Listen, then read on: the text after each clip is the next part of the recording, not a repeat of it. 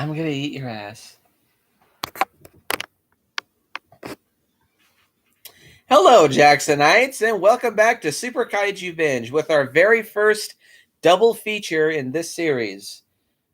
Mostly because both of these movies, I ultimately just don't have a whole lot to say about them. Along with Trevor Boy here, make yourself known. Howdy, everybody. It's kind of appropriate that this is my debut in this series because this is one of these movies is one of my favorites, and I think both of them are actually fairly underrated. And today we will be reviewing, as well as the debut of my Dadzilla Father of the Monsters shirt, which is very appropriate since I'm going to be a dad.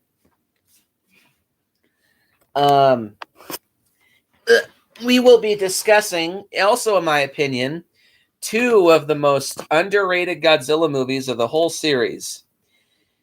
Godzilla vs. the Sea Monster, or Ebirah Horror of the Deep, from 1966, and Son of Godzilla from 1967. The two biggest Godzilla movies that, in my opinion, make the perfect double bill. So, and I also believe this is the very first Godzilla review where I have Trev on. Yeah, so it's like I was saying, it's fitting because one of these is one of my favorites. So what exactly is your personal history with the overall Godzilla franchise before we get started? Okay, so for the longest time, I wasn't really sure what my first movie was, but I think my first exposure to Godzilla in general was the Trendmasters figures from the 90s, which is mainly related to the Heisei series. And the funny thing was, I didn't really see any of those until much later. But I think my first three movies that I saw were back on the Disney Channel. Believe it or not, they used to show some of the movies on the Disney Channel. One of them was King Kong versus Godzilla. Then there was this one, Ebirah Horror of the Deep, or Godzilla versus the Sea Monster, as we know it over here. And Ghidorah. Oop, hang on. Okay, go ahead. Can you hear me? Yeah, what was the last bit you heard? King Kong versus Godzilla on the fucking Disney Channel. Yeah, it's I actually recorded a video of my take that I still have. Of course, that King Kong versus Godzilla is taped over, but I still have Sea Monster and Ghidorah on it. But anyway, yeah, those three, King Kong versus Godzilla, Sea Monster, and Ghidorah, were the first three movies I think I saw. And Sea Monster is one of those that if you see it at a young age, it kind of leaves an impression on you. I remember I used to reenact scenes from it in the family pool. I had a action figure. There was a lobster guy from the Street Sharks cartoon. I've never seen that show. Yeah, well, anyway, there was a lobster villain on that cartoon, and he used to be my stand-in for Ebirah. And I had this generic Godzilla toy, and I used to reenact scenes from this movie in the family pool. So yeah, it's safe to say that it kind of made an impression on me. And as for Son of Godzilla?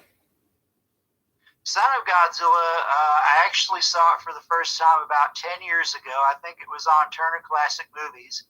The dub is atrocious. Thankfully, not long after that, I got a bootleg DVD of the Japanese version, and I watched that, and I enjoyed it quite a lot. And I was wondering why this has the reputation that it does. Well, on one hand, I do kind of understand why it has the rep it does, but at the same time, again, like I said, this is Son of Godzilla is a pretty underrated flick. I agree. So my personal history with Son of Godzilla and Sea Monster are very much so connected because both of these movies I ordered from Netflix back when they used to do mail orders for DVDs that you could rent. Yeah, I remember those days. That was still when Blockbuster was around. And both of these movies I watched the living shit out of, and they were the TriStar DVDs for both cuts. So I remember when I finally bought these on actual, like, to keep, I saw these and they were the exact same disc. I was like, oh, this takes me back.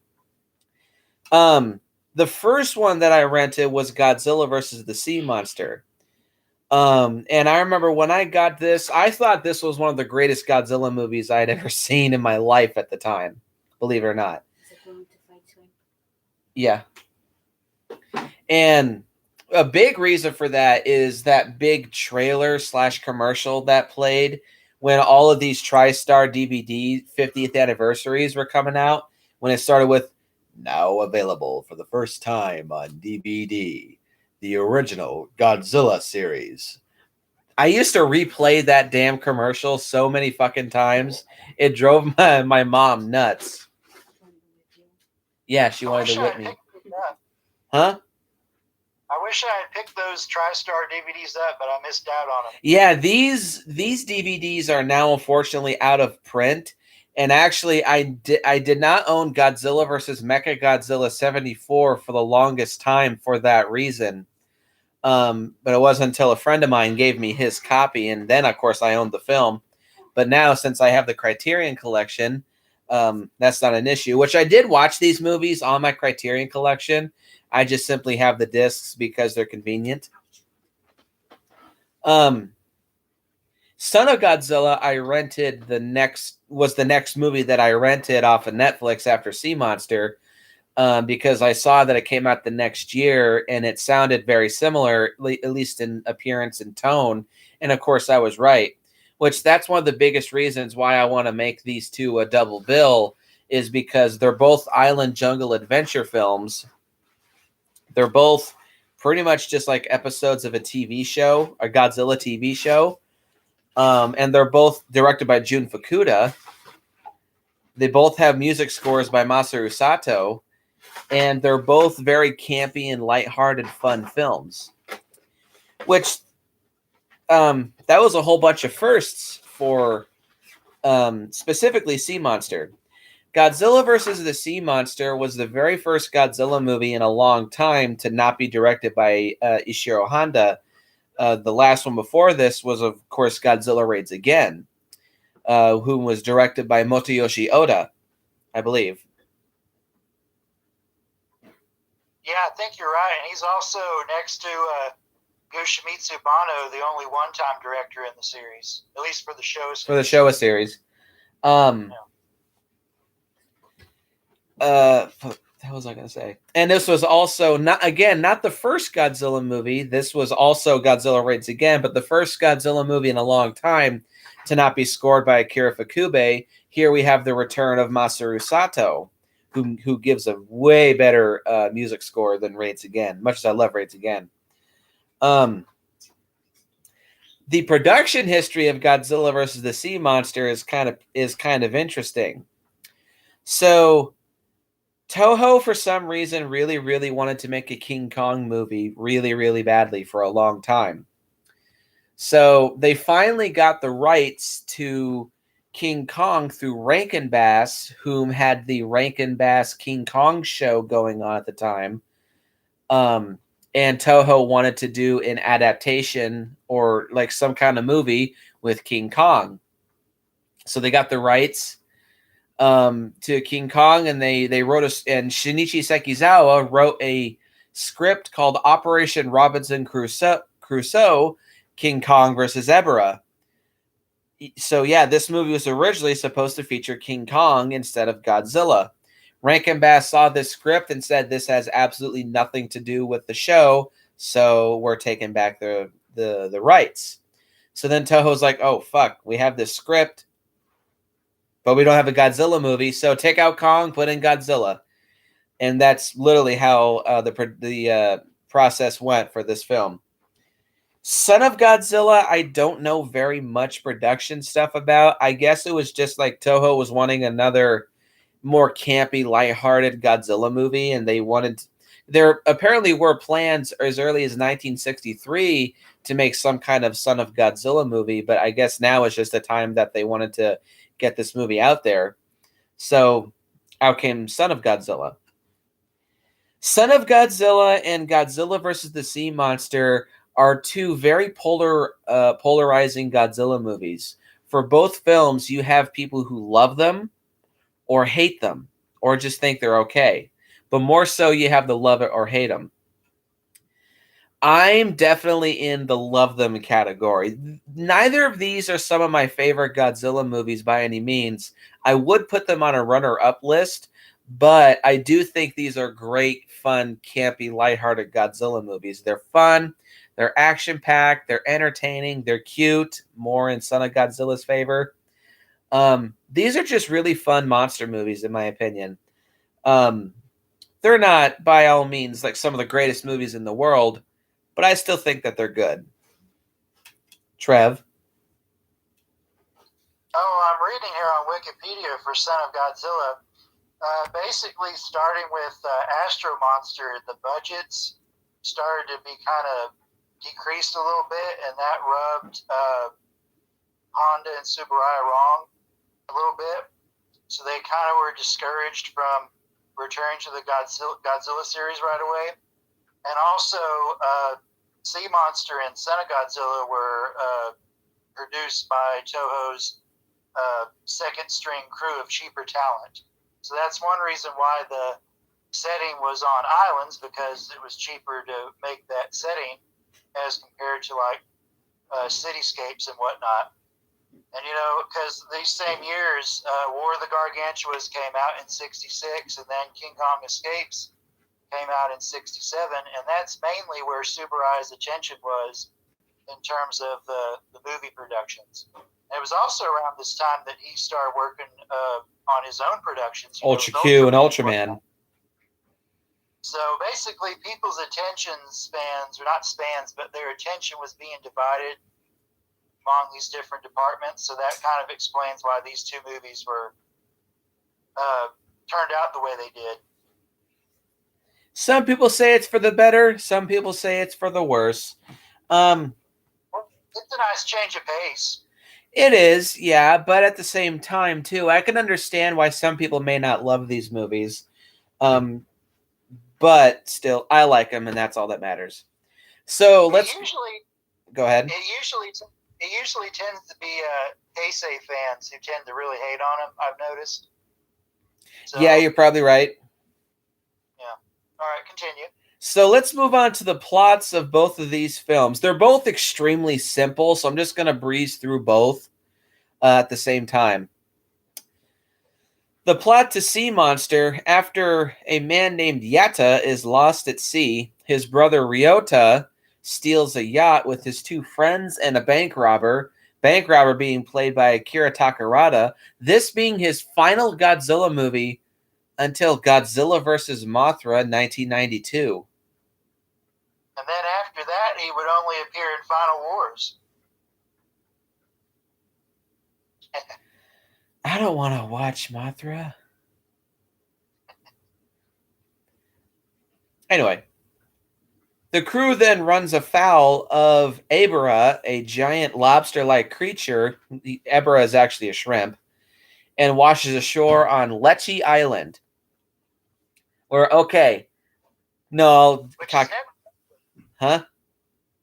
is never mentioned in the movie, the name of the island. No, I don't think it is. I think you're right. There, the Red Bamboo, presumably a terrorist organization, is manufacturing heavy water for selling weapons of mass destruction, as well as a yellow liquid that keeps Ebera at bay, presumably controlling him. The Red Bamboo has enslaved natives from nearby Infant Island to create the yellow liquid, the natives hoping that Mothra will awaken in her winged adult form and rescue them.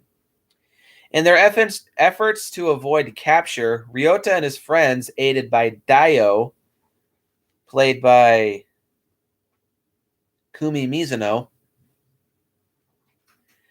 come across Godzilla, who previously fought Ghidorah and is now sleeping within a cliffside cavern. The group devises a plan to defeat the Red Bamboo and escape the island. In the process, they awaken Godzilla using a makeshift lightning rod. Godzilla fights Ebera, but the huge crustacean escapes, and Godzilla is then attacked by a giant condor and a squadron of Red Bamboo fighter jets. Using his atomic ray, Godzilla destroys the jets and kills the giant bird. Food. The humans retrieve the missing Yatta and free the enslaved natives as Godzilla begins to destroy the Red Bamboo's base of operations, smashing a tower that causes a countdown that will destroy the island in a nuclear explosion. Godzilla fights Ibara and defeats him, ripping both of his claws off and forcing him to retreat back into the ocean. The natives await for Godzilla to carry them off in a large net. However, Godzilla challenges Mothra, since the monsters previously battled back in 1964 when she gets to the island. She manages to repel Godzilla and save her people and the human heroes. Godzilla also then escapes just before the bomb detonates and destroys the island. Going into Son of Godzilla, a team of scientists are trying to perfect a weather controlling system. Are you dyeing your hair tonight? Okay, go ahead. Just open that window when you can. Their efforts are hampered by the arrival of a nosy reporter and by the sudden presence of giant praying mantises. The first test of the weather control system goes awry when the remote control for a radioactive balloon is jammed by an unexplained signal coming from the center of the island. The balloon detonates prematurely and causes a radioactive storm that causes the giant mantises to grow to enormous sizes. Investigating the mantises, they are named Kamacuras. The scientists find the monstrous insects digging an egg out from under a pile of earth. The egg hatches, revealing to be a baby Godzilla. The scientists realize that the baby's telepathic cries for help were the cause of the interference that ruined their experiment, and shortly afterwards, Godzilla arrives on the island in response to the infant's cries, demolishing the scientist's base while rushing to defend the baby. Godzilla kills two of the Kamacuras during the battle, while one manages to fly away to safety. Godzilla then adopts the baby. The baby Godzilla, named Manila, quickly grows to about half the size of the adult Godzilla, and Godzilla instructs it on the important monster skills of roaring and using his atomic ray. At first, Manila has difficulty producing anything more than atomic smoke rings, but Godzilla discovers that stressful conditions, i.e. stomping on his tail, or motivation, produces a true radioactive blast. Manila comes to the aid of Psycho, played by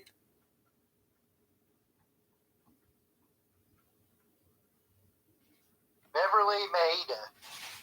Yeah, Beverly Maida. Excuse me, I couldn't find her for a sec. No, that's all right. A giant. No, hang on. Psycho, when she is attacked by a Kamacuras, but inadvertently awakens Kumonga, a giant spider that was sleeping in a valley. Kumonga attacks the caves where the scientists are hiding, and Manila stumbles into the fray. Kumonga traps Manila and the final Kamacuras with its webbing, but as Kumonga begins to feed on the deceased Kamacuras, Godzilla arrives. Godzilla saves Manila, and they work together to defeat Kumonga by using their atomic rays to make fried spider.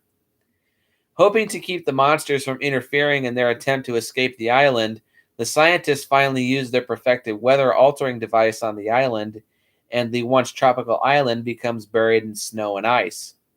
As the scientists are saved by an American submarine, Godzilla and Manila begin to hibernate as they wait for the island to become tropical again, in a scene that made me bawl my fucking eyes out when I first saw this film. Yeah, it is very touching. So, Trev, thoughts? Well, at first glance, it seems like these plots are pretty straightforward, especially Sea Monster, but there's probably a little bit more going on with Son of Godzilla in terms of the plot. But yeah, to the point, great sense of adventure in both of them, and yeah, not much else there, not really any subtext. Oh, no, not at all. If anyone tries to say that there's some kind of allegory for both of these movies, they're morons. There's nothing. These are just simple jungle adventure monster movies. Yeah. As for me, I think these plots are just fine. I will agree with Bill Wurster from Zazubar that, especially for Sea Monster, these movies feel like extended episodes of a TV show. Yeah, that is true. These feel very much just like made for TV special extended episodes. But I think that's just perfectly fine, at least for my taste. They're simple. They know what they're trying to do. They know how to do it. They're just trying to be entertaining monster / action movies. More so for Sea Monsters. Son of Godzilla is just trying to be a fun jungle adventure movie. But they work. They set out to do simple things, and they succeed in what they want to do perfectly fine. Hey, can I add another thought from Mr. Wurster? It was actually back whenever he didn't really like Ebra at all, but he came around on it, or Sea Monster, the movie as a whole. Well, back whenever he didn't like it... I didn't know he came around on it. Yeah, he did a Facebook post where he was talking about it, and I actually asked him, are you being sarcastic? And he said, no, I'm being legit. Anyway, what he said back whenever he didn't like it was that he's probably the only person who's ever said this, because I never expected this to happen. So two of the stars in this movie, Takarada and Akihiko Hirata, they were in the original Godzilla. So Bill was disparaging the fact that Toho probably should have done something more interesting for like a reunion with those two actors.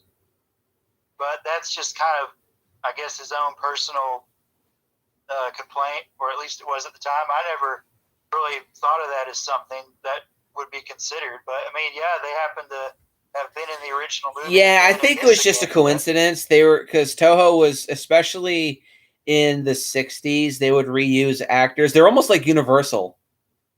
They would just reuse actors, but have them play different characters.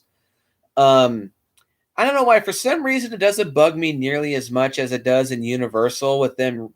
Like, they blatantly reuse the same actors and use them for different characters. But their characters are so similar. I think with what Toho does, each time they reused an actor, they have a different character, and it's a completely different kind of character. With Universal, a lot of the actors that they would rehash, they usually played scientists, police officers, or just bland protagonist characters. With Toho, when they would reuse actors, you have an evil scientist in one movie, and then the next movie he's a astronaut, or in the next one he's a bank robber, or he's the leader of a terrorist organization, or he's a scientist. They always feature vastly different kinds of characters for these reused actors. So for me, it never really bugged me that much. But as for having Akira Takarada and Akihiko Hirata in Sea Monster, I think it's just purely a coincidence. Though it is kind of funny that once again, Akihiko Hirata is playing an eye patch wearing character 12 years after the original Godzilla. I think it's the other eye, though. Well, also on the note of the cast in Toho movies, even the character actors, not even the stars, you often see a lot of the same faces with that, too. Yeah, with Kenji Sahara. Yeah, there's an actor in this movie who plays one of the red bamboo scientists. His name is Hisao Ito. He was the assassin character from Ghidorah. Also pops up as like a military official in various other movies. But anyway, it's something that I noted.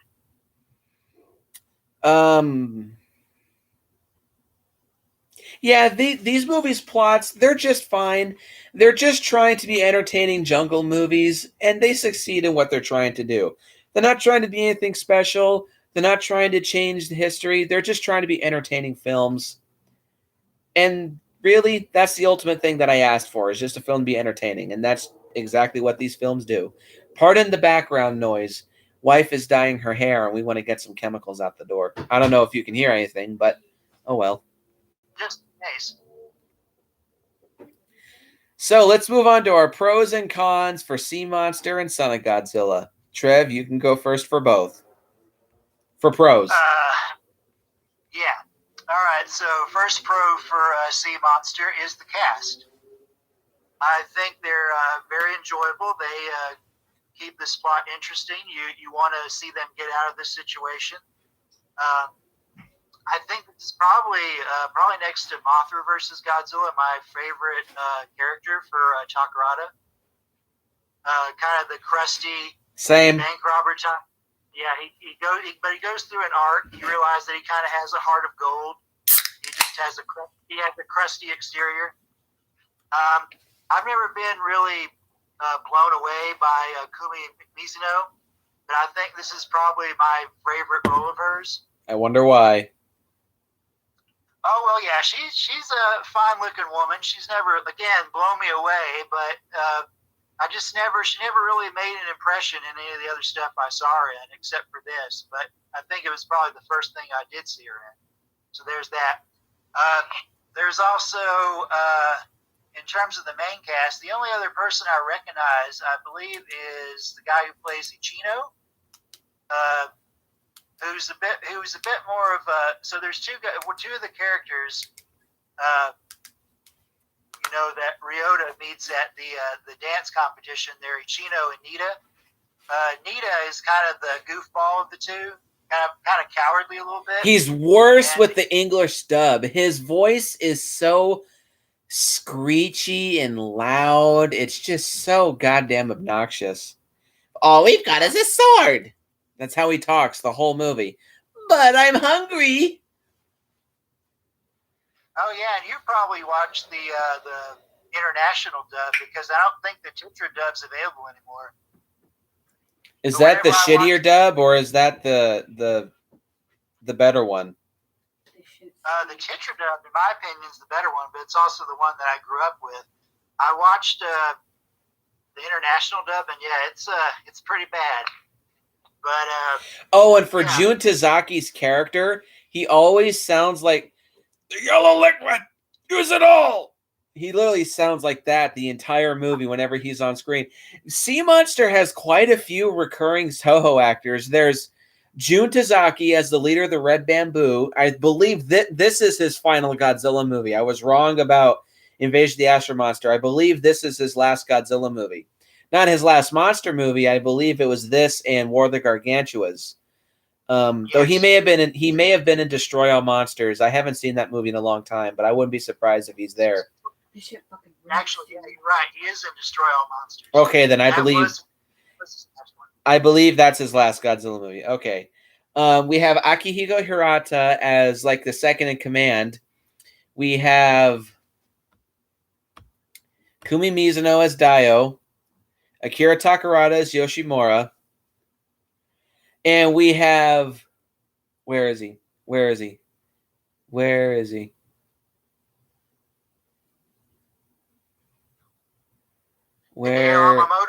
Yamamoto, Doctor Who from King Kong Escapes, as the Red Bamboo Captain Naval Officer. And the only reason I recognized him is because he has terrible lower teeth. And also Shinpei from Godzilla's Revenge, the toy maker. That too, yeah. Yeah, this movie has quite a big Toho cast. The only one who's missing is Hiroshi Koizumi. Oh no, Yoshio Tsuchiya.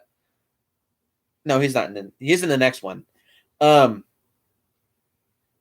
Continue. Yeah, the next one, and Space Amoeba, which these three movies, including Space Amoeba, are kind of the Island trilogy for Toho, if you want to look at it that way. But no, what I was trying to say earlier, Chino, he has a bit more of a backbone of the two guys who help Ryota steal the yacht. He's also popped up in some stuff, at least later on. I think I remember seeing him in Destroy All Monsters, and he's also in Space Amoeba.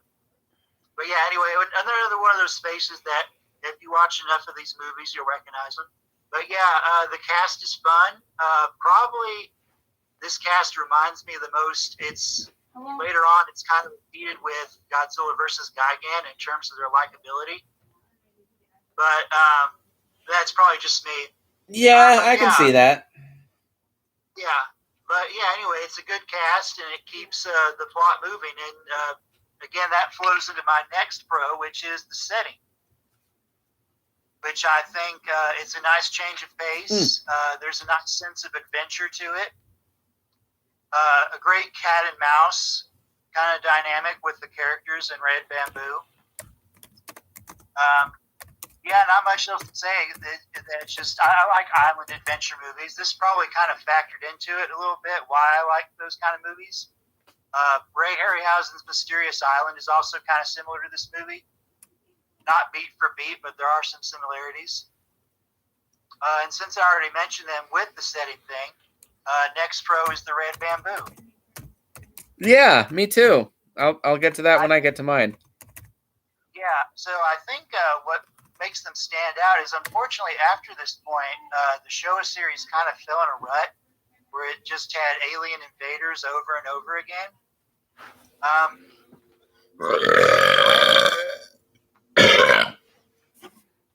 My goodness. But yeah, the Red Bamboo, it's interesting because they look Japanese. I mean, they're played by Japanese actors. So I think the implication here is that, and I think I discussed this with you in a chat. They looked oddly Korean. Yeah, it could be that. They're never specified. They may be kind of a conglomerate of different countries, but I think it's interesting the fact that, at this time, nuclear weapons were banned in Japan. For a long time. So really, I actually think only in the last 15 to 20 years the ban was lifted. Yeah, exactly. So these guys are up to some shady shit.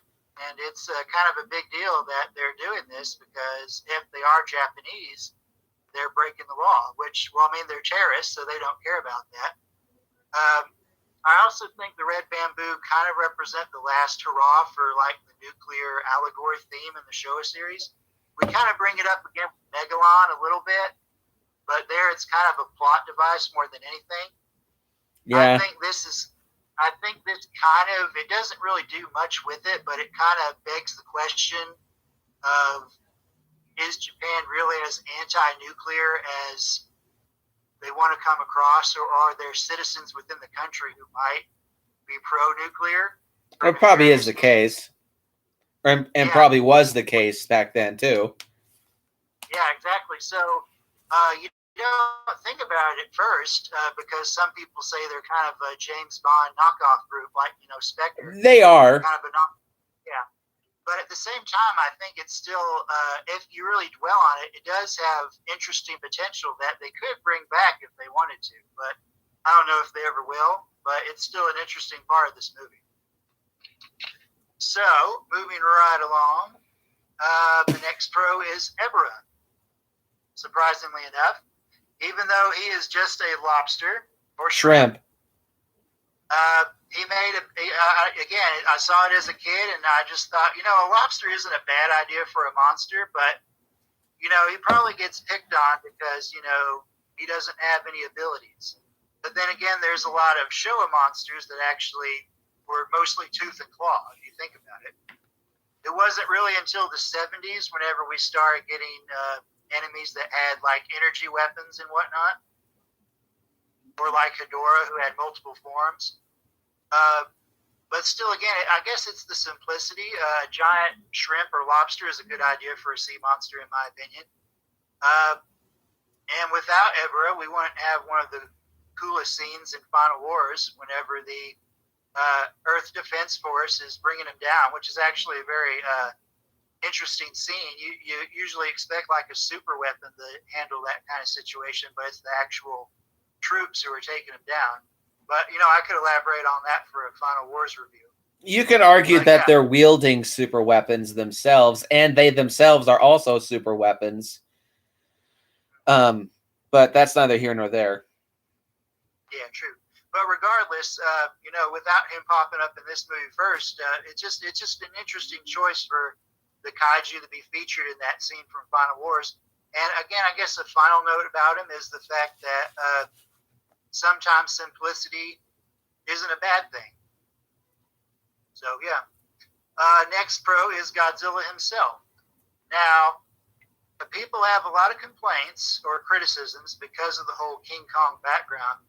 But I think if background for the movie, I think if you don't have that information, if you don't know it offhand, I don't think it will necessarily color your view of Godzilla in this movie because, he does do some Kong type things, I guess you could say.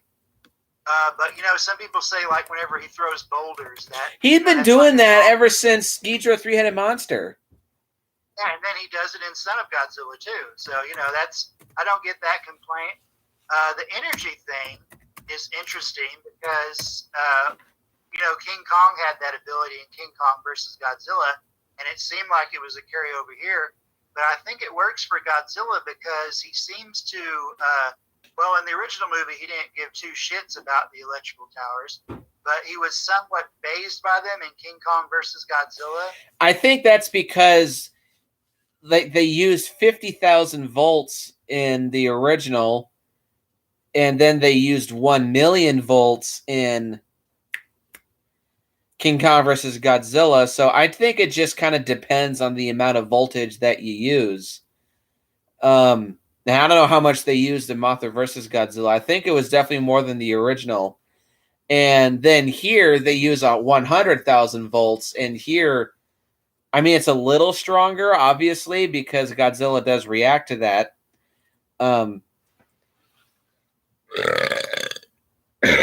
So I don't know. That is one complaint that I do agree is that Godzilla's reaction to electricity is kind of wildly inconsistent. Well, here's the way I kind of look at it retroactively is that he's building up a tolerance to it, which kind of explains his ability that he develops in Godzilla versus Mechagodzilla. True, yeah.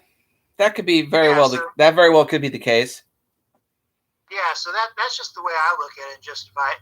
And then people make a big deal about the fact that he kind of fawns over Dio, but I don't think it's near as much as Kong. Kong would actually try to pick her up and whatnot. And for one thing, he doesn't really do it a whole lot in the Showa series, but definitely in the Heisei series, Godzilla is a lot more aware of human beings' presence. He actually, like Gondo in versus Violante, he actually looks at him, acknowledges him. Or Shindo in versus King Ghidorah, he actually acknowledges that they're there. Or in the Monsterverse. Yeah, exactly. So, I guess you could say this got the ball rolling for that kind of interaction type deal, but those things have never bothered me, and I feel like it's a very interesting concept for the characters of a Godzilla movie to want to try and wake him up to solve the problem. Which would have started in Godzilla versus Frankenstein, but that movie never got made. So yeah, you're right. Exactly. This kind of does get the ball rolling. Yeah, because they would kind of start doing it again. Because prior to this, he usually would just wake up of his own accord and then do whatever. But yeah, anyway, I think regardless of the fact that he wasn't intended for this movie initially, I do think that he still works in it. And he has more screen time than he did in the previous feature. Yeah. I also like this suit, even though it starts to fall apart, but I'll get to that with my con. The tale of the Nankai Goji suit. Yes, quite an epic one. Or unfortunate. Depends on your view of it. So, and surprise, it looks like shit. Well, it looks okay some of the time, but anyway, I digress. So yeah, I like the Big G in this movie. Again, probably one of the first movies that made an impression on me concerning him. All right, so two more pros left for Sea Monster. This is Mothra's final adult appearance, and this factors into one of the cons, or the con. I wrote an article for Ficto where I basically, whenever I was talking about her show appearances, this was kind of her last hurrah, because she does appear as a larva and destroy all monsters, but she doesn't do a whole lot. Here we actually still have the final appearance of Infant Island. We have her final, again, adult appearance. It's probably her most, I guess, not proactive is not the word, but her lackluster. Most involving. Yeah, it's her most, but it's still her most involving role in the Showa series, her final most involving role, because they're basically trying most of the movie to get her to wake up to come and save them. So, again, whenever I was a kid, the only Showa films that I saw her in were Ghidorah, where she was a larva, and then this one where she was an adult. So that was my only frame of reference for her for a little while. So again, it's another one of those things where the impact of the movie is why these things factor into my prose. But I guess not much else to say about that. But it's something to note that it's her final appearance as a grown moth. I never thought of it like that, but yeah, you're right. And we wouldn't see her as a grown moth for 28 years. Mm-hmm. Exactly. No, 26 years. Yeah, 26 years. Yeah, there you go. All right, and the final pro for this one is the score by Masaru Sato. Masaru Sato. Yep. Yes, exactly. Very, very catchy island type tunes. A little bit of a guitar in there, 60s. What's the term? Crap. What's that style of music called that was real popular in the 60s? Swinger music. Well, yeah, swing I think is for his. But anyway, Sato kind of plays into that time period for a little bit. But the main theme for the movie comes from the Mothra song that's in this movie, Which gets old. It does when they're singing it, but whenever it's instrumental, it's a nice, catchy. True, yeah. In my opinion. Yeah. So yeah, not much else to say about that except, I like the score. It's quite beautiful in my opinion most of the time.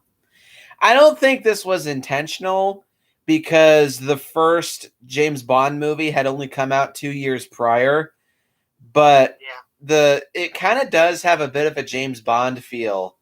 The music anyway, like that theme that plays when the ship comes across Ebera's claw out of the water. That music sounds very James Bond-ish. Yeah. Although, again, that kind of did remind me. It's very mid-60s is what I would describe it. So, pros for Son of? Sure, go ahead. Okie dokie. All right, again, for Son of, I do like the cast of this movie, even though it's virtually the same cast that would be used in Space Amoeba. Minus Tadao Takashima. Yeah. Although he got switched out with his King Kong versus Godzilla co-star in Space Amoeba. The other half of his dynamic duo appeared briefly. The two bumbling butt fucks. Yeah. But yeah. Again, the key why I bring up the cast is the fact that if they're not good, the island setting thing probably wouldn't work. Nope. But they're very engaging. The movie actually kind of has a bit more of a sense of humor to it. Not to say that Sea Monster doesn't have humorous bits. But, it's just kind of slapsticky. Well, yeah, like there's certain instances in here where, like, Goro Maki, he washes the vegetables in bath water, and they say, oh, it's going to have a special flavor, stuff like that. Meadow did not like. There was dude in Son of Godzilla washing vegetables in bath water where some dude had washed his boxers out in it. I want your fucking nasty bald water in my stuff. What's the matter? You don't like ball dust as a seasoning? No, I don't. Still, why'd you have to say it like that? It'd be like, never mind, I won't say that. I'll say the joke I was going to tell you later. Continue. Oh, well, yeah. One other instance that I thought was kind of funny is the fact that Psycho, she kind of scolds Goro later on whenever she thinks that his shirt is too bright and colorful and therefore feminine. So he says, that's not a man's shirt. I just thought that was a funny little dig. But yeah, there's other little instances of humor scattered throughout, and it probably wouldn't work if the cast didn't pull it off. So, nope. There. And again, the setting. This is my pro number 2 for Son of. The setting is it's not a change of pace since Sea Monster did it first, but it keeps that theme going, and it's there's a nice sense of isolation, I guess, given the situation they're in. It's not like any sense of paranoia or anything like that, but No. it does. They are cut off from civilization. So Kind of reminds you it of just Tremor adds- 7. Yeah, it just adds different flavor to things. And this is probably the main unique thing for Son of is I really like the pseudoscience in here regarding the weather control plot, which is for the benefit of crops and whatnot. Because, for a long time, the series mainly dealt with nuclear allegory, and then we started getting into outer space stuff. This is just really unique in terms of the Showa series because it's tackling another social issue, I guess you could say. Mm. The pollution angle in Hedora would probably be another example that came up later. But yeah, it's an interesting question. How can we address a shortage of food due to population? And it's like, how about we adjust certain biomes to be places where more crops can be grown? So yeah, that's probably the most interesting sci-fi element to the movie. The next pro for Son of is the special effects. I think technically Subarai was supervising at this point. Yeah, he was just supervising for this movie. Yeah, it's kind of like what Willis O'Brien started doing with Mighty Joe Young, because it was really Harryhausen and another guy named Pete Peterson who worked on most of the effects for that movie. And it's also the same case with the Black Scorpion and the Giant Behemoth. I want to see the Black Scorpion. Yeah, it's pretty good. Derivative of them, but still good animation. I'll say that. But yeah, back to Son of Sadamasa Arikawa was the main guy. Sadamasa Arikawa, he did both of these movies primarily for the effects. Yeah, he started out with Sea Monster, and then he kept on with this one. And with this one, you really start to see what his unique specialty was. Wires. Wire effects, particularly with Kumonga, which I'll just go ahead and say another one of my pros is Kumonga itself. I can think of Kumonga as a female kaiju, like a big, nasty female spider. Technically, there's nothing that disputes whether Kumonga is male or female, but I just thought that'd be an interesting twist to it. But yeah, the effects in Kumonga in particular go hand in hand because there's a lot of wire work involving Kumonga's legs and whatnot. And also, Sato has a pretty good, kind of a very unsettling theme that goes with Kumonga. It's not like super scary or nothing, but if you're an arachnophobe, you'll probably have a problem with this movie, at least a little bit. Speaking of which, we brought up Bill Wurster. He hates spiders. He's famously said spiders are terrible people. So yeah, my wife agrees too. Unless it's Spider-Man, then I don't know. Unless it's Spider-Man. Oh well, yeah, of course, Spider-Man's exempt from that, unless it's Man-Spider. No, okay, so yeah, basically I'm saying three pros at once. I already brought up the score, but with the theme for Kumonga. Yeah, the score for this movie is another standout from Sato. A lot more cutesy, I think.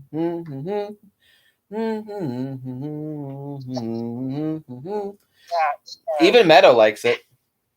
Yeah, it definitely sets the tone of the movie right off the bat. The music for Son of Godzilla. Dun, dun, dun, dun. Dun, dun, dun, dun, dun, dun, dun, dun.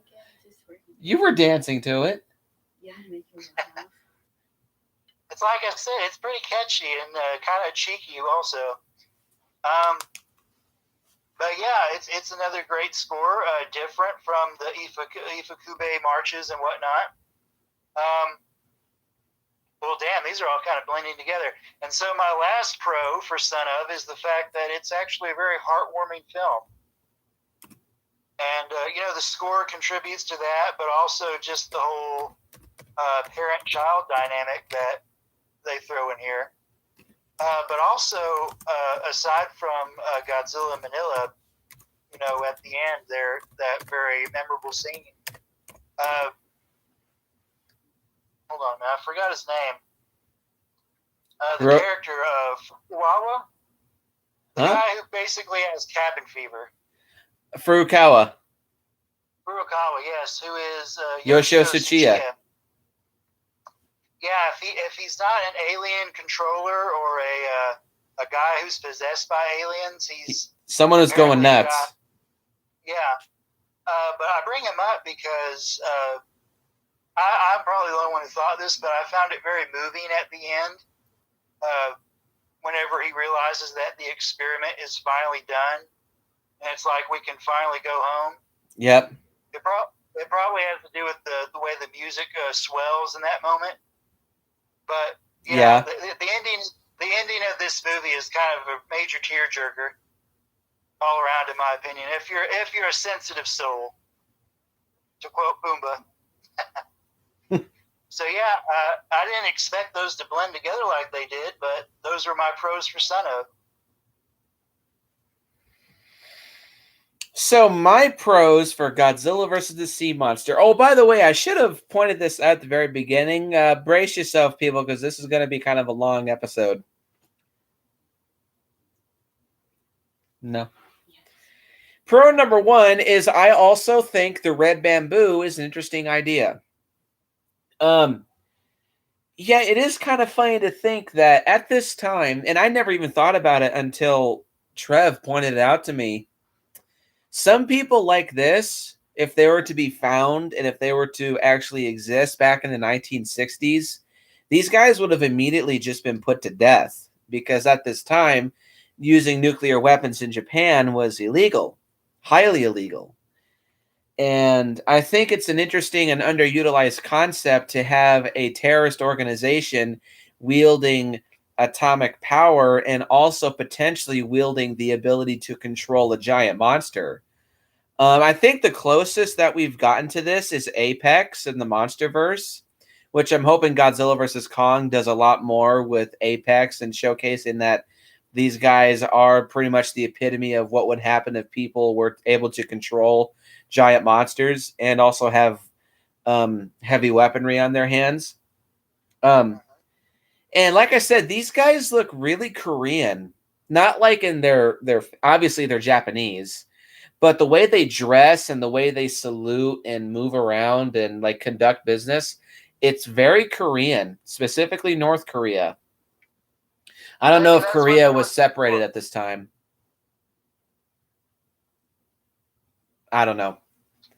Yeah, I'm not sure either, but maybe that's what they were going for. I never actually thought of that.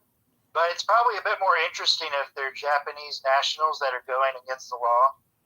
Yeah, that would have like if this movie was a little bit deeper, that could have brought out some really good either like philosophical or like what's the term? Like it would have been an interesting conflict of interest. Like you could have showcased that these guys, they're not necessarily bad. They could have been like Captain Jinguji from Atragon.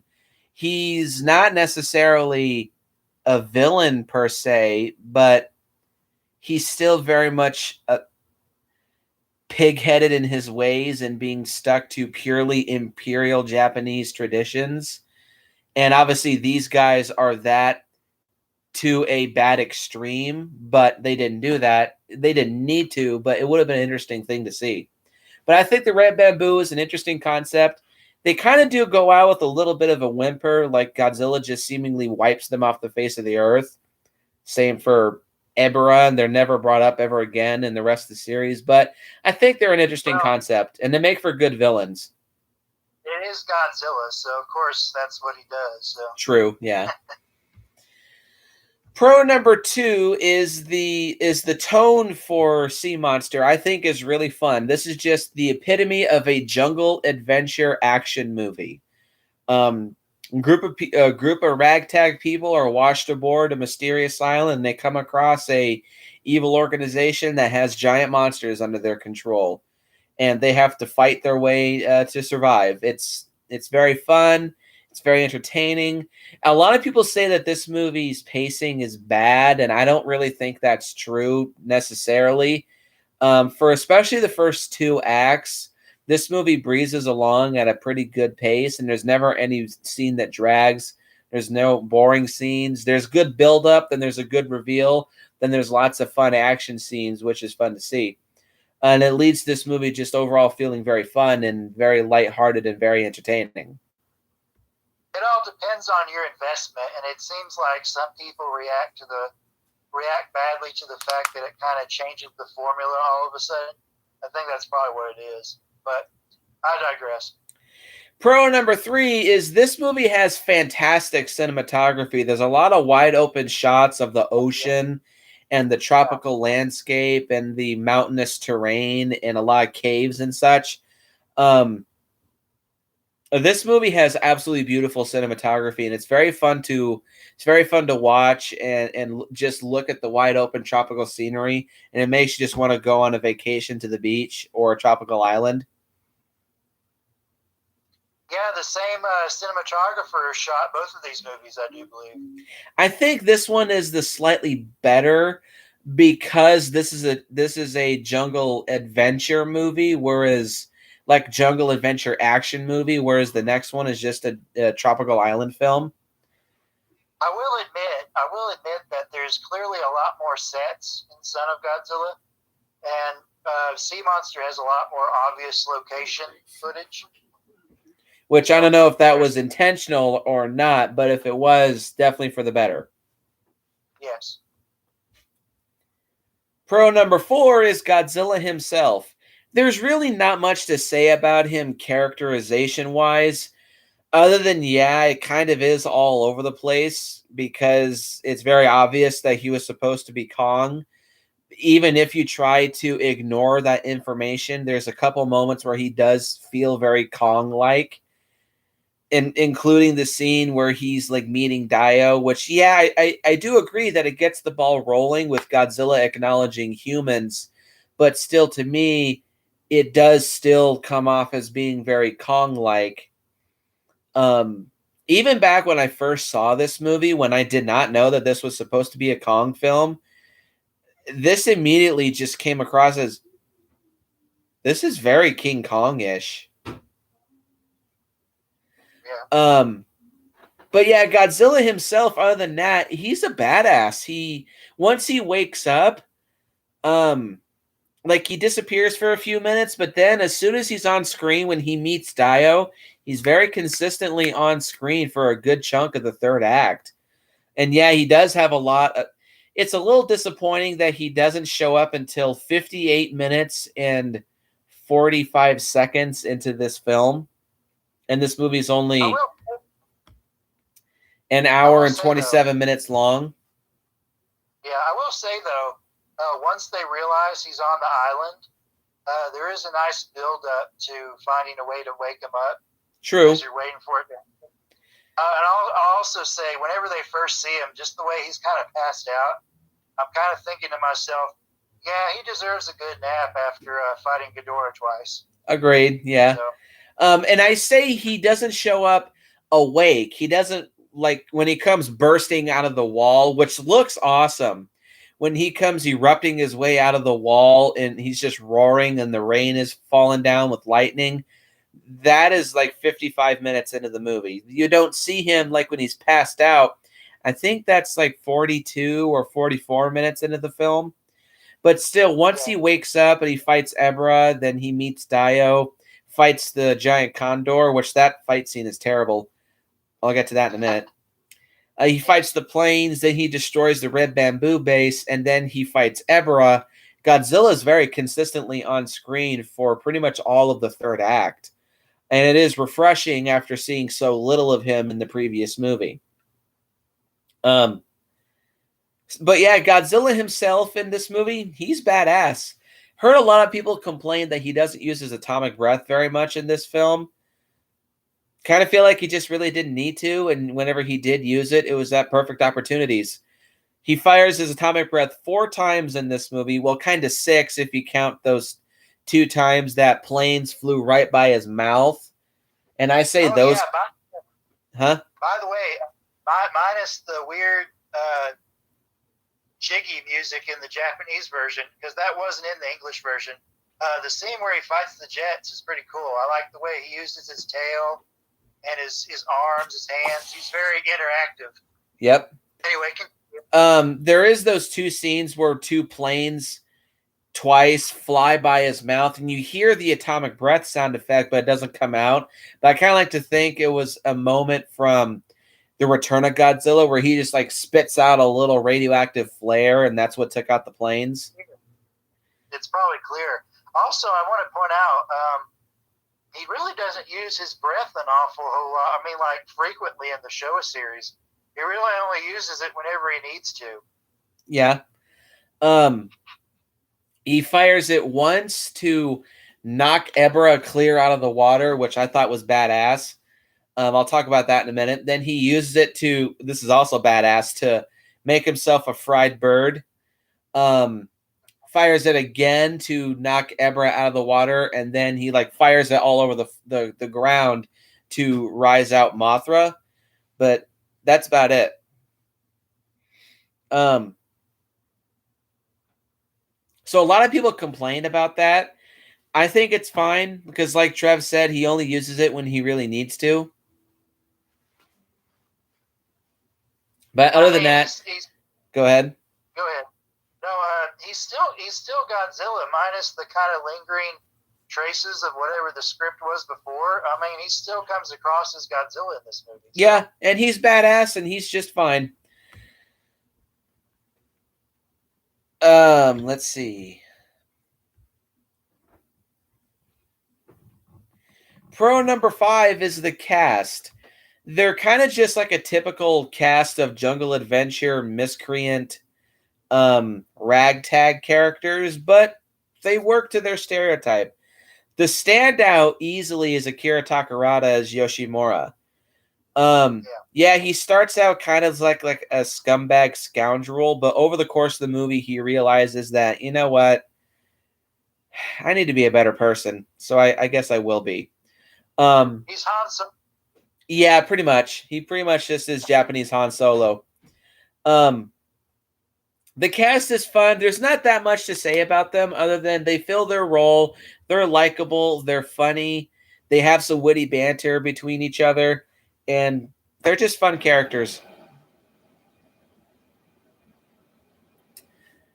Pro number 6 is the music score. The first one since 1955 to be scored by Masaru Sato. Love it. It's a fun score. It's very catchy. It's very fitting to this film's tone.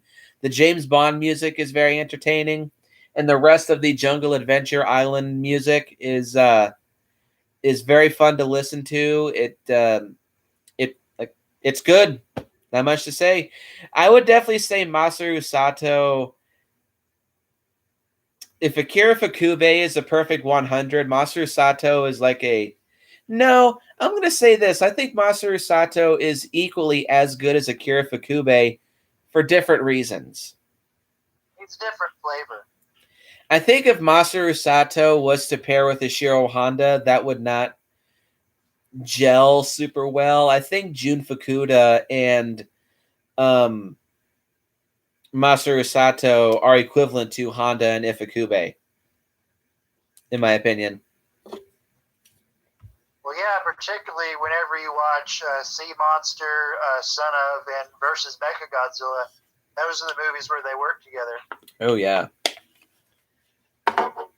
Pro number 7 is the special effects of this movie. I'd say they're decent. They're not... When they're good, they're good.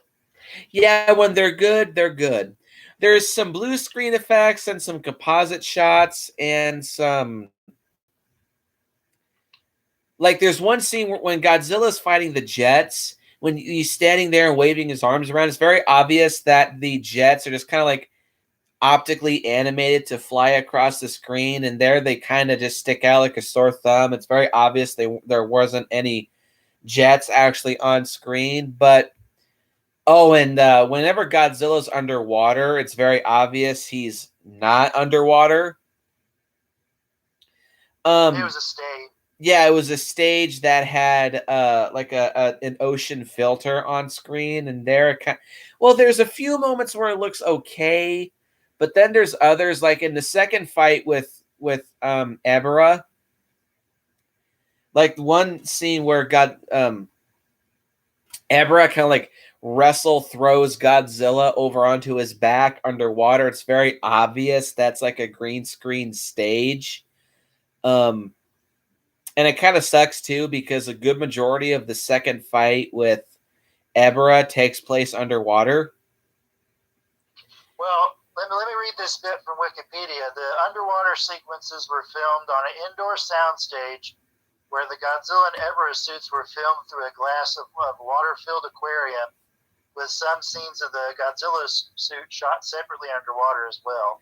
Those are very few and far between, and they're very quickly shot too. Continue.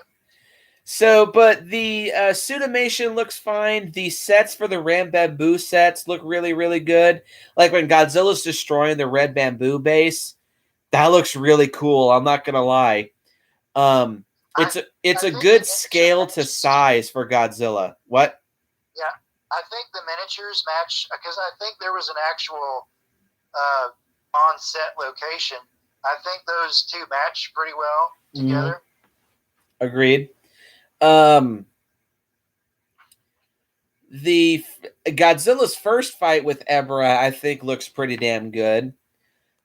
His fight with the giant condor is just. I may as well just go into my last pro is the fun monster action.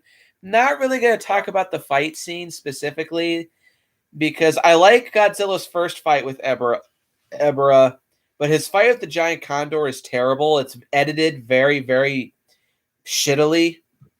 Like there's a lot of quick cuts and a lot of shaky cam. It's not very long, thankfully, but it's just terrible. More on that in a little bit. Though Godzilla does kill it in a very satisfying way. Food. And Godzilla's second fight with Ebera is they don't focus on it very much.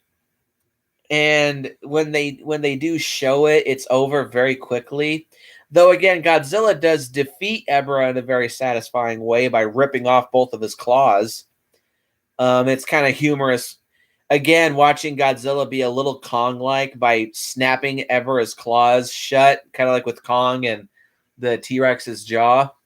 But Godzilla's second fight with Ebera is not that good. Sadly. But overall, here's the problem. Huh? I think really the first fight demonstrates that Ebera really isn't ever going to beat Godzilla. So by the time we get to the second fight, it's like, okay, I'm here to finish you off, and that's that. Yep. So overall, the monster action, like Godzilla destroying the red bamboo base, is probably the best scene of monster action in the whole movie. Because the effects look great, and watching Godzilla tear apart a small base is fun. And also watching Godzilla try to be more intelligent by using a rock to smash down an electrified fence is kind of cool.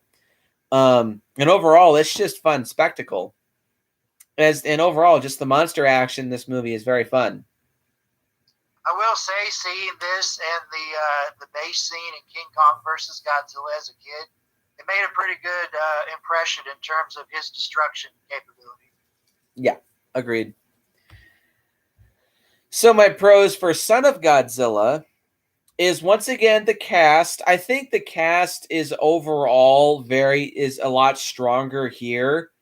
Yeah, that's true. I will say I think Son of Godzilla overall is a bit of a better movie because one thing I will also say about Sea Monster, this isn't a problem, but Sea Monster does feel rushed.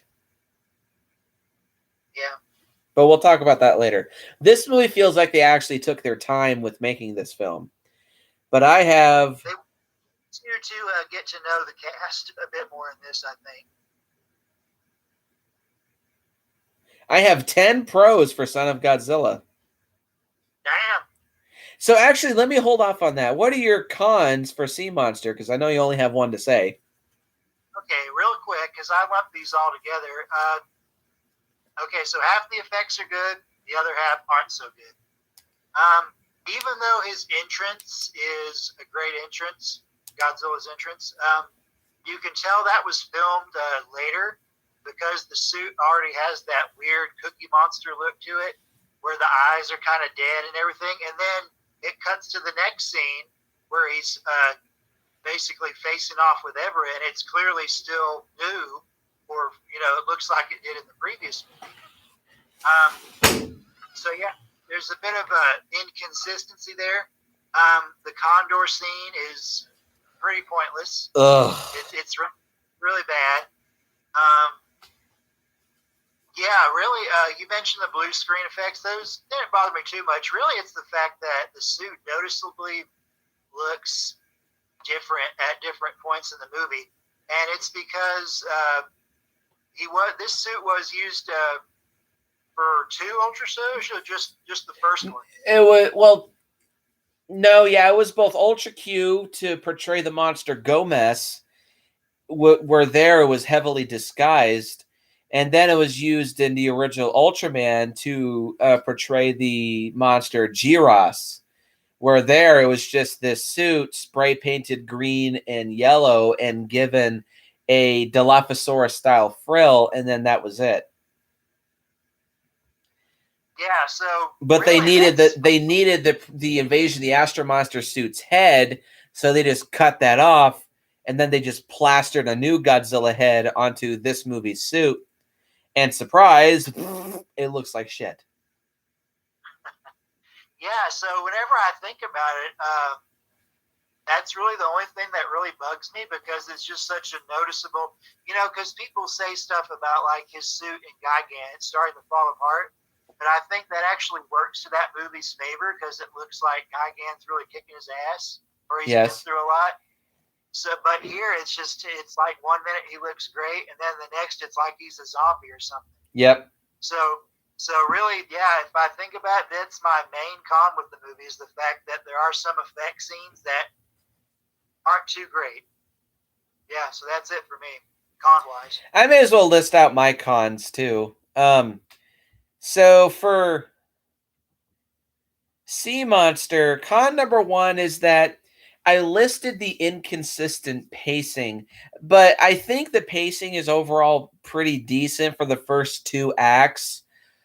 But I will agree that when it comes, I'll agree with Andres Perez.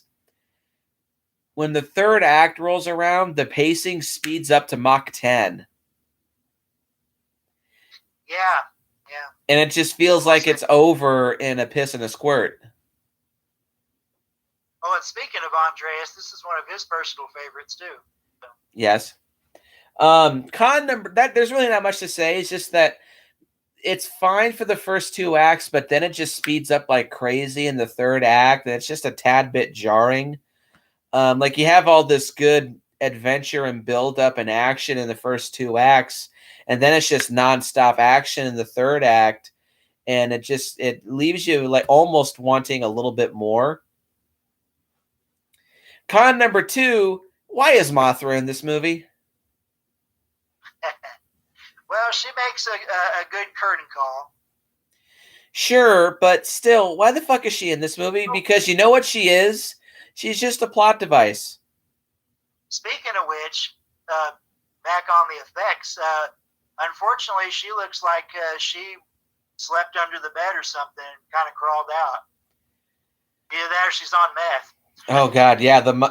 Is this the same Mothra prop from the original Mothra movie? It is, because the one from Mothra versus Godzilla was too large, I think. And I don't think it was in good condition anymore. Yeah, it didn't have a good 5 years, because Mothra looks like shit in this movie. She's very ragged, and she looks like she was eaten by moths. Yeah, Mothra. Oh, and the blue screen effect. This is the worst blue screen effect in this whole movie. At the very end, when Mothra shows up at Lecce Island and she flies in and lands in like a field in front of all the human characters, It's very obvious that they just took like a shitty Mothra prop and blue screened it in, and it looks terrible. The blue screen effect looks absolutely horrendous. But yeah, you know what Mothra is in this movie? She's just a end of the movie plot device. You know why I think she's in here? It's kind of the same reason Ghidorah's in versus Gigan. And in fact, they kind of have a similar physical fate in their last appearances. Marquee value, you put Mothra in the movie and it's going to make more money, even back in the Showa era. True. Yeah, you're probably right. Yeah. And my last con, I hate to say it, is Ebra. Ooh, God damn it. Boo.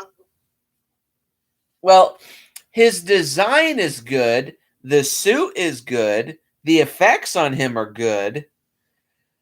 But Ebra, just as a monster, he's very underwhelming. He's just a giant shrimp. Like, I don't really... gotcha. Especially compared to Kumonga in the next movie, which is also just a spider, but Kumonga is more imposing. Yes. And Ebra just kind of feels... I hate to, again, quote Bill. He kind of feels like a King Kong monster, where he's just there to give Godzilla something to fight. And Monster of the Week.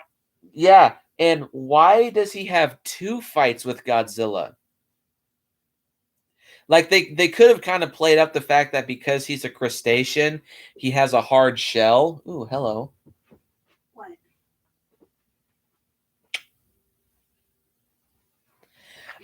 Like that's resistant to Godzilla's atomic breath. And yeah, he has the pincers, which look cool. But still, why do we need a feature film to feature one of Ebra as the sole monster for Godzilla to fight? If they had 2 Ebras, that would have been kind of cool. But costly, yeah. Like they would have featured one that's the bigger, bulky version that has 2 of the giant claws. Then it could have had another one that's a lot sleeker and slimmer that has the skinny claws. But no, I don't hate Ebra per se. I just don't think he's that imposing of a monster. And I don't think he's that special of a monster either. He's just a giant shrimp.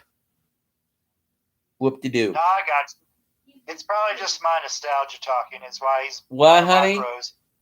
I said he's just food. Yeah, he's just food. Well, speaking of that, Brandon's cult movie reviews. Did I say the name right? Yeah, you got it. The picture he has for the review of this is Godzilla and Mothra having dinner, and yeah. And speaking of Brendan Tenold, Mothra is perfectly summed up in her opening appearance by just saying, "Well, I guess it's just time for my cameo." Yes, and to help this movie make some money. Not that I don't think this performed badly, but probably helped it out a bit. Anyway, continue. As for the pros for Son of Godzilla, I have a lot of them. Pro number 1 is the cast. You get to know these guys a lot better than you do in the previous film. And you get to know their dynamic and their camaraderie a lot better than in the previous movie. Partially because it's a research team, and you can tell they've been there a while. Yeah, and their chemistry is very solid. It also helps that we have more of a talented cast of actors. Not to say the previous one wasn't, but you have just a different kind of cast from the previous movie, and the actors that they have play their characters very well. I think Akihiko Hirata is at his best when he's playing proactive protagonists rather than antagonists, though he is good as Dr. Mifune. But this has probably got to be my favorite role for Akihiko Hirata in any of the Showa Godzilla movies. More so than Dr. Serizawa and more so than Dr. Mifune. Uh-oh. Shots fired. I'm just kidding. I like that he is obviously very intelligent. He's good at his job, but he has a little bit of a sense of humor. Like he's the one, like after Godzilla trashes the base, after it's been revealed that the radio wasn't really, well, no, Tadao Takashima comes up to him and says, I didn't know you were such a good actor. I know you broke the radio. Oh, well, yeah, I figure I may as well give him an excuse to just, calm down afterwards. But then after Godzilla, huh? That's also a good point to his character. He knows how to handle a delicate situation by trying to keep the loose cannons under control. Yep. But also after Godzilla trashes the base, first thing he says is, now the radio is really fucked. See, that's part of the humor. And yeah, this will lead me to pro number 2. The overall humor here, it's I don't want to say it's better, but it's more well handled. In Sea Monster, the humor was very slapsticky and very exaggerated. It was funny, but here it's just kind of like clever writing. The characters are kind of smart-assy. And there's also a lot of situational humor here too, like especially with the ball-dusted vegetables with the boxers. And that's very amusing. But every character here, a lot of them, they have their moment of having just a sense of humor to them, and it makes them come off as being actual people and not just actors in a movie, which is great. Even with Akira Kubo and Tadao Takashima, when they're first talking, what the hell is his name anyway? The professor's character. Kasumi. Yeah. And he's also playing older than he actually is. Yeah, they do. Like, they add a little bit of touch-ups in his hair to make him look a little older, even though I don't think he was that old at this time. But when Akira Kubo says to him, well, if you knew that there was some science to explore, would you just sit there and do nothing? And then Kasumi's like, don't get smart. I like that witty banter between all the characters throughout this film. Speaking of which, Akira Kubo as Maki Goro, this is my favorite role for Akira Kubo in any Showa, Godzilla, or monster movie. Destroy All Monsters is a close second, but I like him best here. Because he's just a reporter, but he's also not a pain in the ass either. He's obviously a very enthusiastic reporter. Are you eating my fucking beef jerky? You already ate all yours. I just remember seeing Patrick from that one episode of SpongeBob when he eats his chocolate bar and then whips SpongeBob for eating his chocolate bar even though he just ate it. You literally already ate all yours. Gib.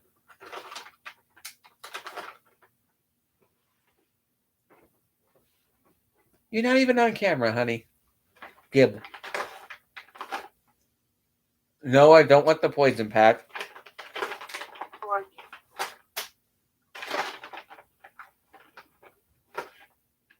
All these are crumbled. Shit. Mango habanero beef jerky is delicious. Anyway. So would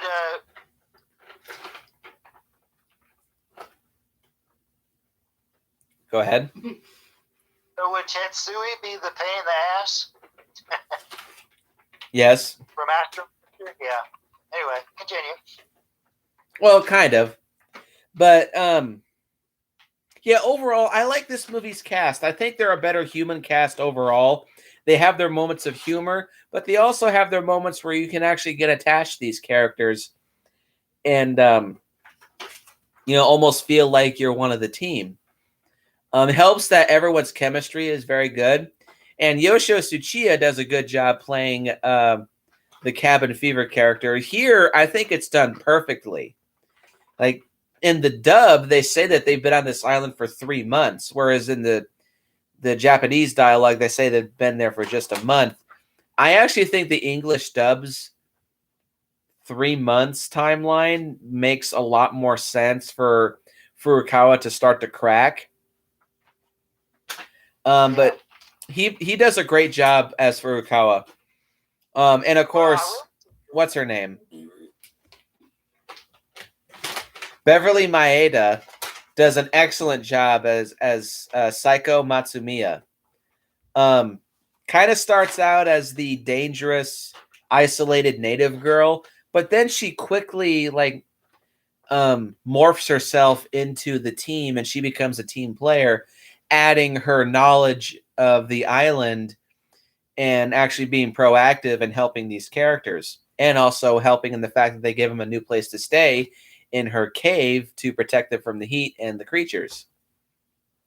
Overall, love this movie's cast.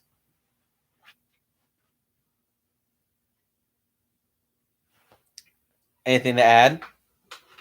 Oh, I was just going to say, Furukawa, he's simultaneously sympathetic, but there are times whenever he cracks that it's a little frustrating. Like whenever everybody has a fever, and he basically becomes violent even then, and I'm like, oh, come on, dude. Where'd it go? I mean, he can't help it. Where'd it go? God damn it, lost the fluid. Honestly, every time I throw your food, you're like, oh, lost it. That's only happened twice. Today. The French fry. It's probably in... Roman will probably find it in a year and saying, "What is this?" Okay.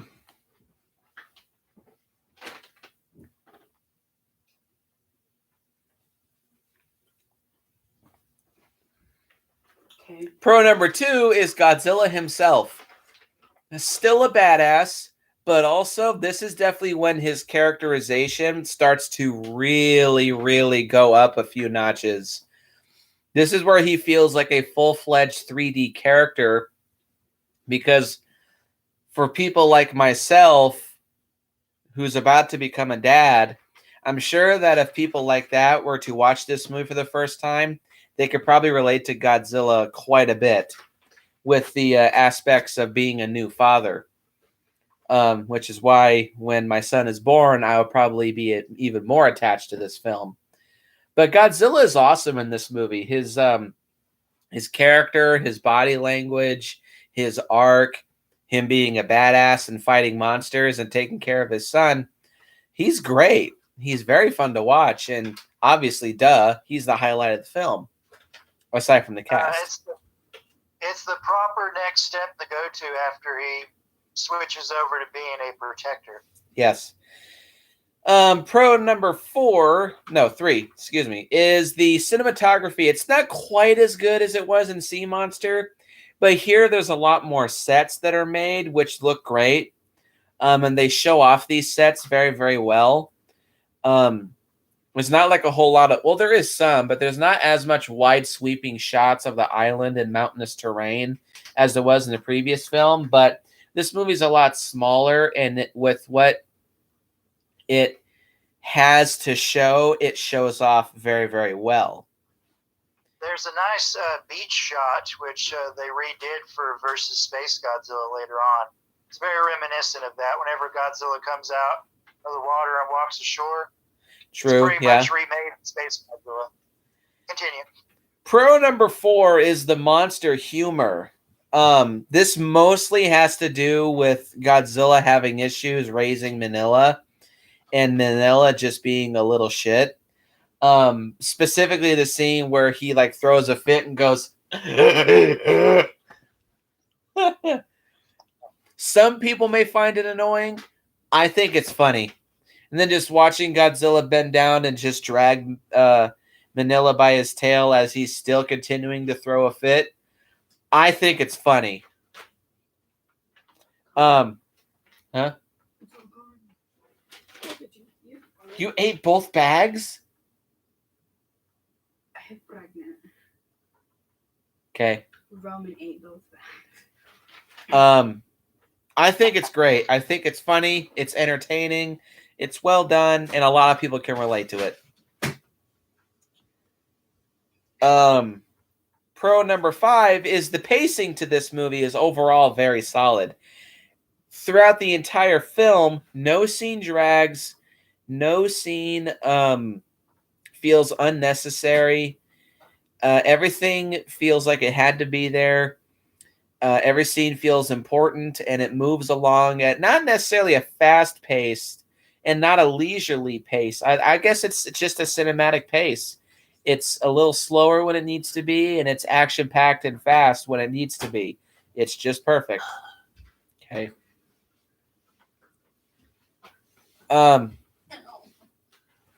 What the hell are you doing?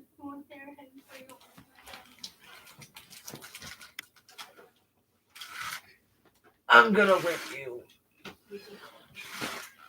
Maybe. Later.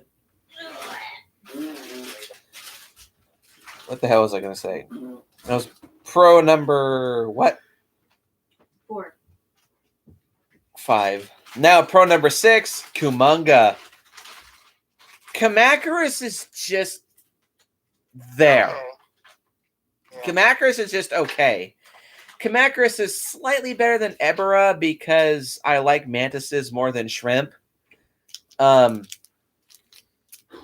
I think the concept of a giant praying mantis is cool, which is why I really want to see the movie The Deadly Mantis. But Kamakuris is just okay. He's a supporting monster. How the hell did Kamakuris kill almost 3 million people in the Godzilla Monster Apocalypse? Whatever. We'll never know. But Kumonga is awesome. I'm not going to talk about the effects quite yet, but for being a very simple, just a giant spider type monster, they somehow managed to give Kumonga a personality, and a sadistic one at that. It's very simple. He's just a no-nonsense, sadistic, I'm hungry, I kill, I eat type personality. It's still well done, and it's entertaining. And watching Godzilla contend with this thing is very fun to watch. Also, the effects done on him are very good. So this will lead me into, actually, pro number 7 is Godzilla and Manila's relationships, but like their arc over the whole film. Godzilla at first just kind of feels like he's taking care of Manila just because he feels like he has to. Which again can kind of tie into new fathers. Like some people struggle with adapting to fatherhood, and Godzilla certainly is one of those people. Where they're just like overwhelmed and they're just like, oh, you're so needy, you're too much work. But then over the course of the movie, Godzilla does grow to actually love Manila, and it's very sweet. And of course, in the final shot when Godzilla comes back and gives Manila a hug, is very sweet, and it's a massive tearjerker, at least for me. Shut up, you would too. Like, especially when I watch The Notebook, I'm sure it's going to make me bawl. Mm-hmm. Especially with my wife's pregnancy hormones. You'd be like, ooh. Mm-hmm. Yeah, Godzilla and Manila's relationship, watching it develop over the course of the movie, it's a lot of fun. It's very heartwarming. It's very well done. Okay. It's great. But pro number 8 is the special effects. The effects are good. They're very, very good. The Cinemation looks great. The island sets look amazing. The base looks amazing. Like Godzilla Manila's little lair that they inhabit looks awesome. Kamakuris, they all look great. They're puppets. They're very obviously puppets. And like you can see the strings here and there if you're really looking for them, but they hid the strings very well, in my opinion, in this movie. But they all look great. I love their colors too. They're mostly red, but there's like little touches of green here and there to make them look, to kind of break up the monotony of red. And Kumonga looks fantastic. All the puppet work used for Kumonga is stellar. Not 100% convincing as to how a giant spider moves, but for what they had and for what they were trying to do, Kumonga moves very, very creepily, and I totally buy him as a giant spider. And Godzilla and Manila, effects-wise, they look fine. Their suitimation is fine. Their personalities are great. How they interact with each other is very good. And this will lead me into pro number 9, which is the fun monster action. There's quite a bit of it in this movie, mostly in the beginning and the third act, like Godzilla's fight with the 3 Kamacuras. It's fun, especially watching Godzilla just tear apart the second Kamacuras he kills. He like smashes it against the ground and then just sets it on fire. And then watching Godzilla and Manila team up to take out Kumonga. It's quite a long monster fight, and it's a very entertaining one. And Godzilla kind of gets his ass kicked a little bit in this movie, too. He loses an eye to Kumonga, which I think that's the first time that Godzilla's ever been injured in such a way like that. I like his teamwork with Manila. How they both use their atomic breath. I like that, too. And my last pro number 10, is, of course, the good music score, once again, by Masaru Sato. Here, it's not an action movie score. It's more comedic, and it's overall just a more adventurous and fun music score. But it's very catchy. It's very cute. It's very fun to listen to, and it's very fitting. And the Masaru Sato's theme for Kumonga is also very good too. It's not necessarily eerie or unsettling, but it's fitting for Kumonga. I would definitely say that's the definitive Kumonga theme. And also it's rousing and rambunctious when the movie is a bit more action-packed. So that's good too, of course. What are your cons for Son of Godzilla? Only 2, and it's a design thing. This is by far his best appearance of his 3 in the Showa series. But I do think Manila is the inferior version of a Godzilla infant or offspring. I do like Junior a lot more overall. So not much to say about that. I just think that he's definitely number 2. Well, there's only 2 of them, so he's second place of the Godzilla offspring versions. But still, this is his best appearance by far, in my opinion. And he's not bad in Destroy All Monsters, but it's just a cameo, really. And then the second and last con is, although the suit work is good, and he is pretty girthy in this movie, I do think Godzilla's design suffers a bit in the fact that they try to make him resemble Manila. I think that was definitely the case instead of the other way around. So yeah, I think that's the main bad thing to take away from the movie is the fact that he doesn't look too good.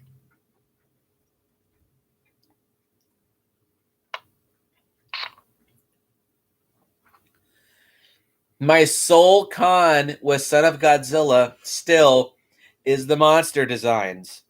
Kumonga looks great. I used to think like the different shaped sights for Kamacuras was distracting, but I actually think that's kind of cool. Like you have the one that's just like a straight blade, and then you have the one that's the curved, jagged slicer. So for that, it's fine. Huh? It's kind of like Ebera's claws. Yeah, probably that was a carryover from that. But Godzilla and Manila don't look good. Manila as a baby, I don't defend that design at all. That's the worst of it. And when he's older and when it's Marchand the Dwarf as Manila, really it's his face that kind of kills it.